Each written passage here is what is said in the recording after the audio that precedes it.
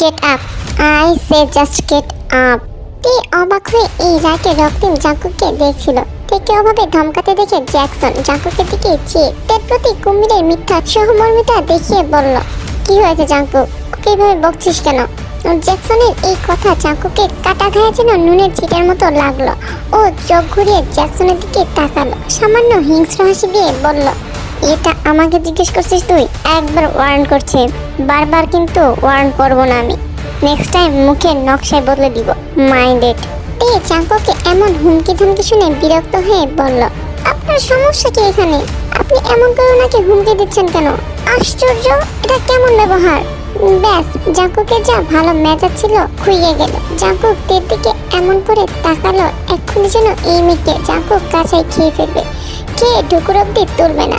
Jungkook এবার আর একটা কথাও খরচ করার ধৈর্য দেখালো না। তের হাতটা শক্ত করে চেপে ধরে চেয়ার থেকে টেনে উঠিয়ে নিল।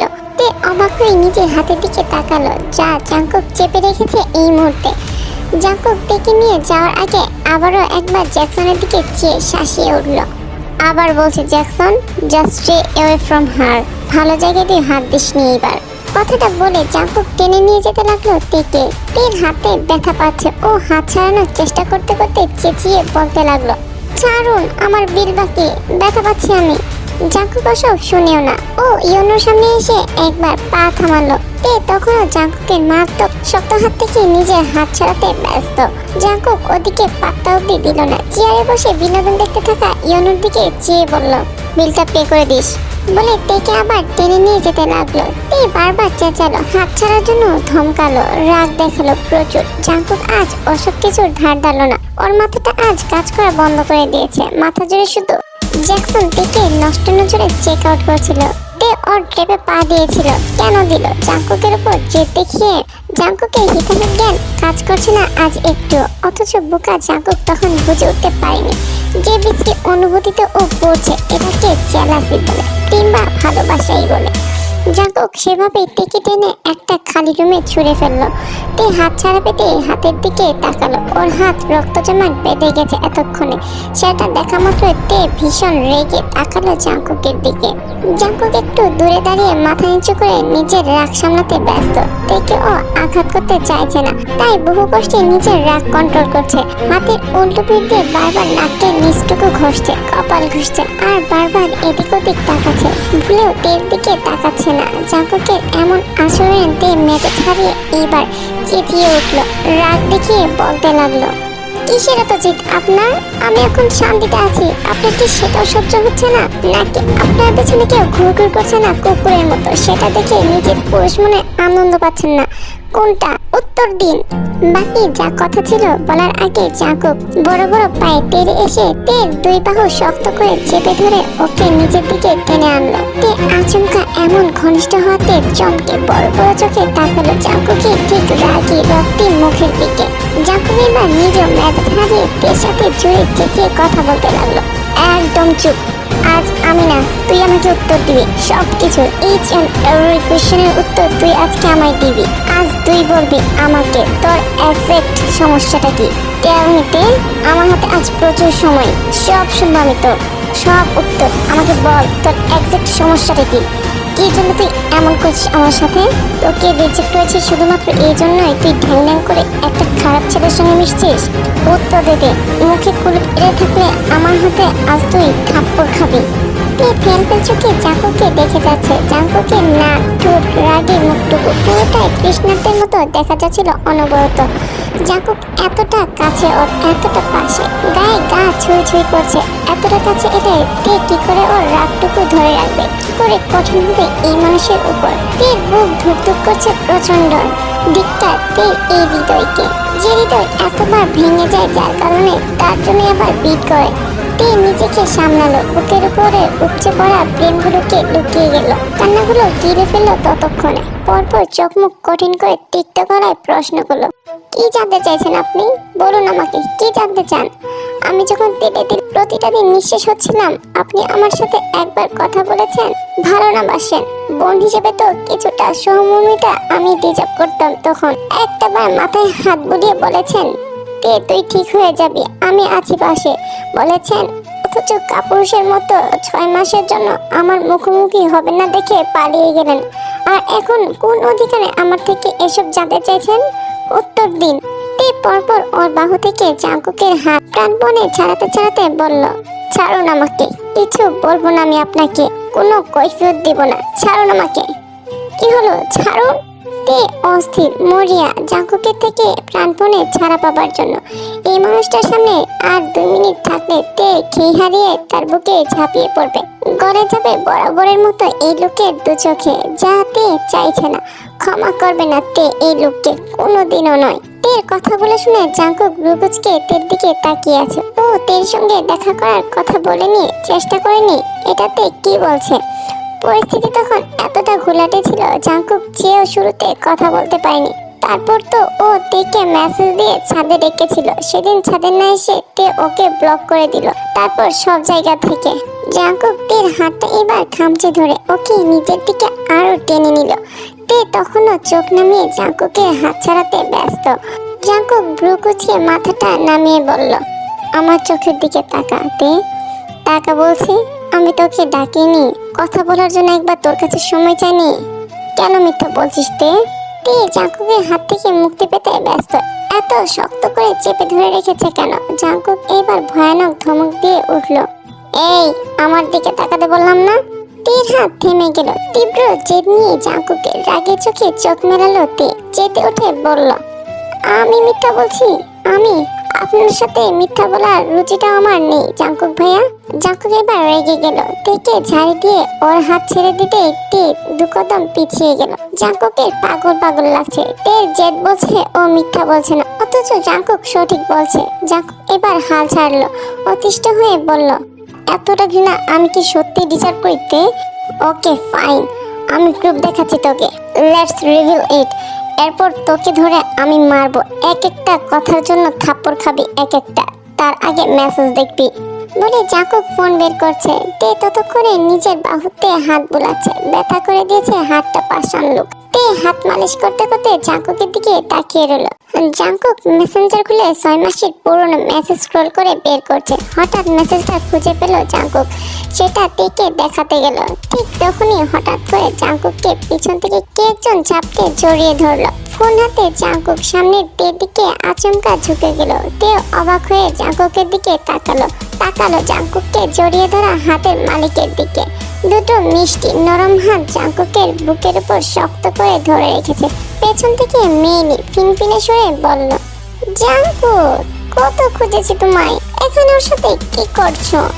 জাঙ্কুক মাথা নিচু করে হাত দুটো দেখলো। পরপর হাতের মালিককে চিনতে পেরে দ্রুত ভ্রু কুঁচকে তের দিকে তাকালো। তের বুক যেন কেউ খামচে ধরে রেখেছে। বুকের ভেতর কান্না জমে আসছে আবারও, 6 মাসের পুরনো সেই কান্না। তে জাঙ্কুককে বুঝতে দিল না। ওসলেপ জাঙ্কুকের আড়ালে একটা ব্রেঞ্চ খামচে ধরে তাকিয়ে রইল জাঙ্কুকের চোখের দিকে। অথচ জাঙ্কুক স্পষ্ট লক্ষ্য করেছে তের চোখ ভেজা, হাত কাঁপছে। তারপর জাঙ্কুকে চোখ দিল। তে ব্রেঞ্চে কেমন আঙ্গুলের নখ মারাত্মক খামচে ধরে রেখেছে।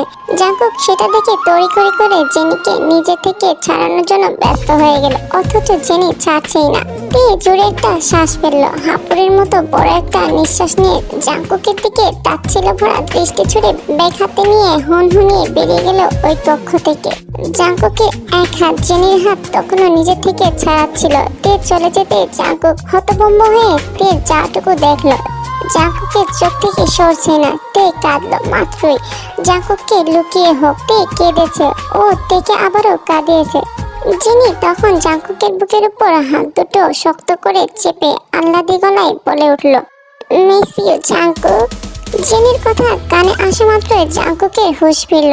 ও জেনিকে ঝটকা দিয়ে নিজে থেকে সরিয়ে দিল। আচমকা ঝটকা খেয়ে জেনি অবাক হয়ে নিজের হাত দুটোর দিকে চেয়ে আবার জাঙ্কুকের দিকে তাকালো। জাঙ্কুক ফুঁসছেন, নাকে নিচটুকু ঘষতে ঘষতে জেনির দিকে গরম চোখে তাকালো। জেনি ওই তাকানো দেখে ভরকে গেল এক প্রকার। 2 পা পিছিয়ে গিয়ে আমতা আমতা করে বলল, are you okay Jungkook? Jungkook এবার যে সমস্ত রাগ ছিল মনে সেসব একে একে জেনির উপর ঝেড়ে চিৎকার করে বলল, তুমি এটা ইচ্ছা করে করেছো রাইট? এর সামনে আবার এই নাটক করেছো কেন? ও তোমার জন্য কেঁদে বেরিয়ে গেছে জেনি হোয়াই? আমরা এখন রিলেশনে নেই, কেন ওর সামনে আমার গায়ে পড়ে যাও? বাকি সময় তো তোমাকে দেখাই যায় না আমার আশেপাশে। জেনি জাঙ্কুকে এমন রেগে গজরাতে গজরাতে কথা বলা কানেই তুললো না। ও আলগোছে মিষ্টি এসে জাঙ্কুকের বুকের উপর দুটো হাত রাখলো। সঙ্গে সঙ্গে জাঙ্কুক ওই হাত দুটো ঝাড়ি দিয়ে সরিয়ে দিল। রেগে তাকালো জেনির দিকে। জেনি জাঙ্কুকের রাগকে তোয়াক্কা না করে হেসে হেসে বলল, বারে আমার বয়ফ্রেন্ড তুমি, জড়িয়ে ধরতে পারি না? ওটার জন্য কি এখন আশেপাশে মানুষ দেখা লাগবে? Come on Jungkook. জাঙ্কুক মুখটা অন্যদিকে ফিরিয়ে শ্বাস টানলো। এই মেয়েকে একটা থাপ্পড় কেন দিতে পারে না জাঙ্কুক? শুধুমাত্র মেয়েদের উপর হাত তোলে না বলেই কি? জাঙ্কুক পরপর জেনির দিকে তাকিয়ে ঠান্ডা গলায় আঙুল উঁচিয়ে শাসিয়ে বলল, একমাত্র তোমার বাবার দিকে চেয়ে আমি তোমাকে স্টিল সহ্য করছি জেনি। আমাকে খেপিও না, ওয়ার্ন করছি আমি, আমার হাত উঠে যাবে। জেনি আবারও নির্লজ্জের মতো হাসে। জাঙ্কুকের গায়ের উপর দুটো হাত আবারও রাখতেই জাঙ্কুক এবার হাত ঝটকা দিয়ে সরিয়ে ফেলল। জেনি হেসে আবার বলল, ওরে বাবা এত রাগ! আরে রিভেঞ্জ কেন নেব আমি জাঙ্কুক? তুমি তো আমারই এখনো। জাঙ্কুকের মাথা ধরে যাচ্ছে। অতিষ্ঠ গলায় কটা কথা বলল, তুমি একটা psycho Jenny, you need treatment. জেনিও হেসে চোখ টিপে বলল, আমার ট্রিটমেন্ট তো তুমি জাঙ্কুক। জাঙ্কুক এবার মেজাজ হারিয়ে ফেল। ও জেনিকে একবার কড়া চোখে শাসিয়ে চলে গেল কক্ষ থেকে। ওখান থেকে বেরিয়ে জেনির সাইকিয়াট্রিস্টকে কল দিল। কথা বলল তার সাথে কিছুক্ষণ। আজকে ঘটনা বলার পর জেনির সাইকিয়াট্রিস্ট জবাবে কিছুটা চিন্তিত হয়ে বললেন, ও কি ঠিক মতো মেডিসিন নিচ্ছে? জাঙ্কুক কপালে আঙ্গুল ঘষে দীর্ঘশ্বাস ফেলে উত্তর দিল, জানি না, কিন্তু আমার পক্ষে আর মেজাজ ধরে রাখা সম্ভব হচ্ছে না doctor. I am so tired. Doctor জাঙ্কুকে বুঝলেন, তুমি শান্ত হও, আমি প্রফেসরের সঙ্গে কথা বলছি এই ব্যাপারে। জেনিকে বিদেশে পাঠিয়ে চিকিৎসা করানোর জন্য ওনাকে রাজি করাতে হবে, তাহলে তুমি কিছুটা ওর পাকনামি থেকে রক্ষা পাবে। Please as early as possible এটা করুন, আমি আর ওকে নিতে পারছি না।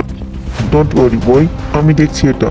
ডক্টর জাঙ্কুকে সান্ত্বনা দিলেন। জাঙ্কুক কল কেটে ইউনোর কাছে গেল। ইউনো জাঙ্কুকে দেখে বলল, কি রে, তে তো চলে গেলে দেখলাম। জাঙ্কুক অনুভূতি শূন্যভাবে কাঁধে ব্যাগ নিয়ে ক্লাসের দিকে যেতে যেতে বলল, মানে তুই জানিস? ইউনো অবাক হয়ে বলল। জাঙ্কুক উত্তর দিল না এই প্রশ্নের। ও চুপচাপ হাঁটছে। আজকের পর মনে হচ্ছে না তের সঙ্গে আর কথা বলবে। দেখে আজও আবার কষ্ট দিয়েছে জাঙ্কুক। নিজের প্রতি ব্রিটিশনা লেগে যাচ্ছে জাঙ্কুকের। ও কেন সব দিক সামলাতে পারছে না। জিমিন আর সানা কলেজ থেকে ফিরছিল। আজ বড্ড গরম পড়েছে ঢাকাতে। ঘন ঘন বিদ্যুৎ চলে যাওয়া নিয়ে জিমিন প্রচন্ড বিরক্ত। সেটাই বলে যাচ্ছে সানাকে। সানা শুনছে সেসব। মাঝে মধ্যে সেও তাল মেলাচ্ছে।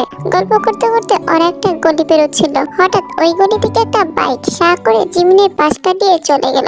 আচমকা এমন হয় জিমিন উল্টে পড়তে গিয়ে বেঁচেছে। ও নিজেকে সামনে সোজা খেপে গিয়ে বকে উঠল, এই কি রে, দেখে চলতে পারিস না? পিছনে তাকাতেই দেখলো বাইকে দাঁড়ানো লোকটা একটা বৃদ্ধ লোকের সামনে নেমে দাঁড়িয়েছে। জিমিন এগিয়ে গিয়ে কিছু বলতে যাবে, সানা ওকে আটকে দিল। বলল, কিছু বলিস না জিমিন, ভালো ছেলে মনে হচ্ছে না দেখে, চল আমরা যাই। জিমিনে হয়তো বা আজ করতে পেরেছে। ও মাথা নাড়িয়ে চুপচাপ সামনে ফিরে হাঁটা শুরু করলো। কিছু দূর যেতেই হঠাৎ পেছন থেকে বৃদ্ধ লোকটা আত্মচিৎকার কানে আসতে জিমিন পিছনে তাকালো। সঙ্গে সঙ্গে জিমিনের পুরো দুনিয়া ঘুরে গেল। জিমিন মুখে হাত চেপে জোরে একটা চিৎকার দিয়ে উঠল। বৃদ্ধ লোকটার পেটে ছুরি চালিয়ে বাইকের লোকটা পালিয়ে যাচ্ছে উল্টো রোডের দিকে। জিমিন সাথে সাথে দৌড়ে গেল ওই বৃদ্ধ লোকটার সামনে। ওদের চিৎকারে মানুষ অনেকটা জড়ো হয়ে গেছে আশেপাশে। জিমিন লোকটা হাত ধরে বসলো রাস্তাতে। বৃদ্ধ লোকটা জিমিনের হাতটা শক্ত করে ধরে ব্যথাতে কাতরাতে কাতরাতে বলে যাচ্ছেন, আমারে বাঁচাও মা। জিমিন ওনার হাত চেপে ধরে নিজে অস্থির হয়ে বলল, কিচ্ছু হবে না আপনার, প্লিজ একটু হেল্প করুন কেউ, উনি তো মরে যাবে। এতবার করে বলার পরেও কেউ এলো না। কেউ কেউ মোবাইল দিয়ে ভিডিও করছে। জিমিন এদেরকে পাথরের মতো দাঁড়িয়ে থাকে দেখে এবার সবার দিকে চিৎকার করে বলল, এখানে এত লোকের মধ্যে কারোর কি মেরুদণ্ড নেই? লোকটা মারা যাচ্ছে আর আপনারা দাঁড়িয়ে দাঁড়িয়ে দেখছেন। এইবারেও কারোর মধ্যে হেলদোল নেই। জিমিন অধৈর্য হয়ে সানার দিকে চেয়ে প্রায় কেঁদেই বলল, পাশের হসপিটালে কল দে সানা, দ্রুত। সানা কল দিচ্ছে। বৃদ্ধ লোকটার মাথায় জিমিন হাত বুলিয়ে দিতে দিতে কেঁদে কেঁদেই বলল, কিচ্ছু হবে না আপনার দাদু, ঠিক হয়ে যাবেন আপনি। ওকে, একটু চোখ খুলে রাখুন প্লিজ, কিছু হবে না আপনার। জিমিন এবার সানার দিকে চেয়ে বলল, কল রিসিভ করেছে, অ্যাম্বুলেন্স আসছে। জিমিন এবার জনসমাগমের দিকে চেয়ে চিৎকার করে রাগী গলায় বলল, সবাই এখান থেকে চলে যান এক্ষুনি। একজনের জীবনের বিনিময়ে সার্কাস দেখার কোনো অধিকার নেই কারোর। জায়গা খালি করুন এক্ষুনি, রাইট নাও। জিমিনের কথায় কজন গেল, কজন তখনও থেকে গেল। এর মধ্যে অ্যাম্বুলেন্স এলো। জিমিন আর সানা দুজনে বৃদ্ধ লোকের সাথে হসপিটালে গেল। হসপিটালে যেতেই পুলিশ এলো। লোকটার পরিবারকে খবর দেওয়া হলো। হসপিটালে ভিড় জমতে জিমিন থরথর করে কাঁপতে কাঁপতে একটা পাশে গিয়ে দাঁড়িয়ে গেল। ওর খুব বমি পাচ্ছে। জীবনে এই প্রথম জিমিন ভীষণ খারাপ আতঙ্কিত একটা ঘটনার সম্মুখীন হলো। জিমিনের সারাটা শরীর ভয়ানক কাঁপছিল। জিমিন একটা পিলার চেপে কোনো রকমে দাঁড়িয়ে আছে। ঠিক তখন জিমিনের ফোনে কল এলো। সুগার ফোন দেখে জিমিন অসুস্থর মতো জোরে একটা শ্বাস ফেলে ফোনটা রিসিভ করে কানে ধরলো। অপর পাশ থেকে সুগার বেশ আদুরে গলায় ডাকলো, হ্যালো চিমচিম, কলেজ থেকে ফিরেছিস? জিমিন কাঁপতে কাঁপতে কিছু বলল ফিসফিস করে। আজ ওর গলা থেকে আওয়াজই আসছে না একদম। সুগা জিমিনের বড় বড় শ্বাস ফেলার শব্দ শুনতে পেয়ে ভ্রু কুঁচকে ফেললো। সুগা এবার সন্দেহ নিয়ে নড়াচড়ে বসলো। চিমচিম জানামার, ঠিক আছিস তুই? জিমিনের গলা একদম বসে গেছে। চোখের সামনে বারবার ওই খুনের দৃশ্য ভাসছে। জিমিন থেমে থেমে কিছু বলার চেষ্টা করলো ফিসফিস করে। একটা খুন। সুগা বুঝে না জিমিন থেমে থেমে কি বলতে চাইছে। ও আবার ছটফটে গলায় জিজ্ঞেস করে, কি হয়েছে ভালো করে বল। আচ্ছা আচ্ছা শান্ত হ। কই তুই আগে সেটা বল। হসপিটালে। সুগা অবাক হলো, বলল, কলেজ থেকে ফিরে তুই হসপিটালে কি করছিস? একটা খুন। সুগা এবারও বুঝে না। জিমিন বাকি কথা বলার আগে ওর গলা উপচে বমি চলে আসছে। ও দৌড়ে মুখ চেপে ওয়াশরুমে গিয়ে গড়গড় করে বমি করে দিল। সুগা সেটা বুঝতে পেরে উৎকণ্ঠিত হয়ে গেল মুহূর্তে। বারবার চেঁচিয়ে বলতে লাগলো, জিমিন, জিমিন কি হয়েছে? বমি করছিস কেন? জিমিন, এই জিমিন, কোথায় তুই? কোন হসপিটালে? অ্যাড্রেস দে আমায়। জিমিন বমি করছে। সুগার কথা কানে আসছে অথচ ও কথা বলতে পারছে না। সানা দৌড়ে এসেছে জিমিনের পিছু পিছু। সানা এসে জিমিনের হাত থেকে ফোন নিজের হাতে নিয়ে সুগাকে বলল, ভাইয়া আমি সানা, জিমিনের ফ্রেন্ড। সুগা সেটা শুনে ভীষণ তাড়াহুড়ো করে বলল, ওর কি হয়েছে? আর তোমরা হসপিটালে কেন? কি করছো এখানে? সানা সবকিছু বলল। সুগা হতভম্ব হয়ে শুনে গেল পুরোটা। সানা জিমিনকে এক হাতে ধরে সুগাকে বলল, ও ট্রমাতে আছে ভাইয়া, বাসায় কাউকে কল করেন। আমি কল দিচ্ছি ভাইয়াকে, তুমি ওর সাথে থেকো, একা বেরিও না। সুগা কল কেটে তাড়াহুড়ো করে জাঙ্কুকে কল দিল। জাঙ্কুকে জানি এবার আরেকবার ভিডিও কল দিল জিমিনকে। জিমিনের বমি তখন কমেছে, চোখে মুখে পানির ঝাপটা। সেভাবে হাঁপাতে হাঁপাতে সুগার কল রিসিভ করলো। সুগা নিজেকে সামলে জিমিনের দিকে চেয়ে বুঝালো, কিচ্ছু হয়নি সোনা, এটা জাস্ট একটা অ্যাক্সিডেন্ট। জিমিন এতক্ষণে কাউকে পাশে পেয়ে হামা করে কেঁদে ফেললো। সুগা জিমিনের কান্না শুনে ব্যতিব্যস্ত হয়ে বলল, কান্না কি আছে জিমিন, স্টপ ক্রাইং। ভাইয়া আসছে, বাসায় যাবি আর ঘুমাবি, বুঝলি? সব ভুলে যা, লাইফে সব ঘটনা সব মনে রাখতে নেই জান। জিমিন কেঁদে কেঁদে বলল, লোকটা আমার হাতে মারা যাচ্ছিল সুগা, একটা মানুষ ওনাকে এসে ধরেনি। আমি কত রিকোয়েস্ট করলাম সবাইকে, কেউ এলো না। আমি জানি না লোকটা বাঁচবে কিনা। দাদুর বয়সী লোকটা, আমার দাদুর কথা মনে পড়ছে ভীষণ। উনি বাঁচবে তো সুগা? সুগা বুঝালো, বাঁচবে, ওনার পরিবার দেখে নিবে। তুই একটা ব্রেভ গার্ল জিমিন। এমন একটা পরিস্থিতি সামাল দিয়ে এত দূর অব্দি ওনাকে এনে হসপিটালে এডমিট করা, এটা সাধারণ মেয়েরা পারে না। বাট আমার চিমচিম পেরেছে। এখন আমার কথা শোন, বাড়ি যাবি, খেয়ে ঘুম দিবি, আর ঘুম থেকে উঠে রেগুলার পড়তে বসবি। আজ যা হয়েছে সব একটা দুঃস্বপ্ন ভেবে ভুলে যা, ওকে? জিমিন না টেনে এখনো কাছে বলল, বলতে পারছি না আমি, আমার চোখের সামনে সব ভাসছে এখনো। লোকটার রক্ত এখনো আমার জামায় লেগে আছে। সুগা এবার কিছুটা থামলো। জিমিনের পাশে হয়তো ওকে দরকার। মেয়েটা ভয় পেয়ে গেছে ভীষণ। সুগা এবার শীতল গলায় প্রশ্ন করলো, আমি আসবো বাসায়? জিমিন থামলো, কান্না থামিয়ে বলল, তোমার তো পরীক্ষা, তোর জন্য হাজার এক্সাম স্যাক্রিফাইস করা আমার কাছে কিছুই না জিমিন। তুই ভালো থাকলে আমি ভালো থাকবো। সুগা গম্ভীর গলায় বলল। জিমিন চোখ মুছে নিজেকে সামলে বলল, না না, আসার দরকার নেই, এক্সাম দাও, আমি বাসায় যাচ্ছি।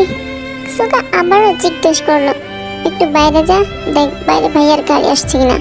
জিমিন সুগার কথা অনুযায়ী তারপর জাঙ্কুকের সাথে বাসায় এলো। জিমিনের কান্না, ওর অস্থিরতা, ওর পাগলামি সবকিছু সুগাকে ঘরে বসিয়ে রাখতে পারলো না। সুগার নিজেরই ভীষণ অস্থির লাগছে। জিমিন ঘরে কি করছে? ঘুমাচ্ছে? ঘুম আসবে ওর আজ? সুগা কি যাবে? কিন্তু ওর এক্সাম, সেটা।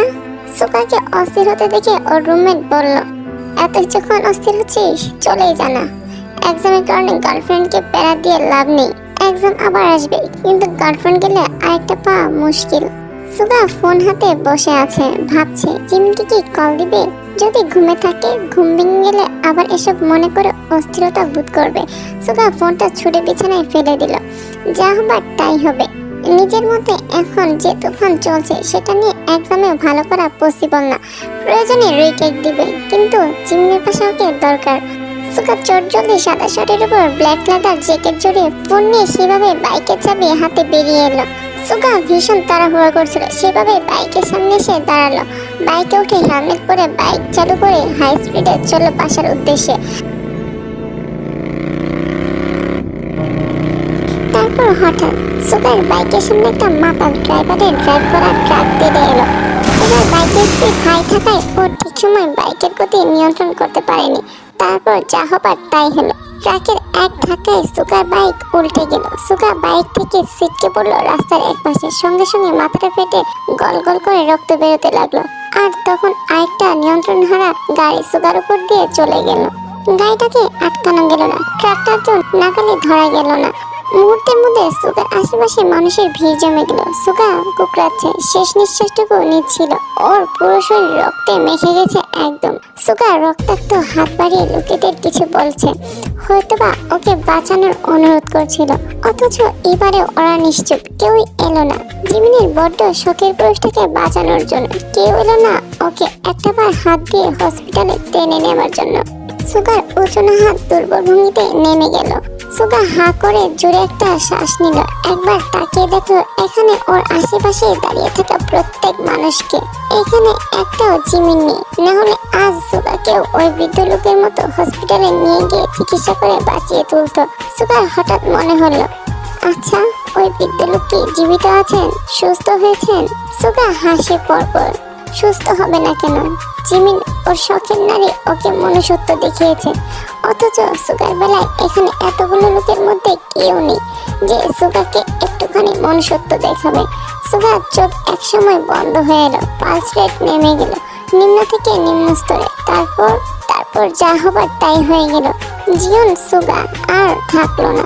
জিমিনকে জান শোনা বলে আর কাউকে ডাকবে না। জিমিনের পাগলামি সামনে নেবার জন্য আর কেউই রইল না, কেউ না।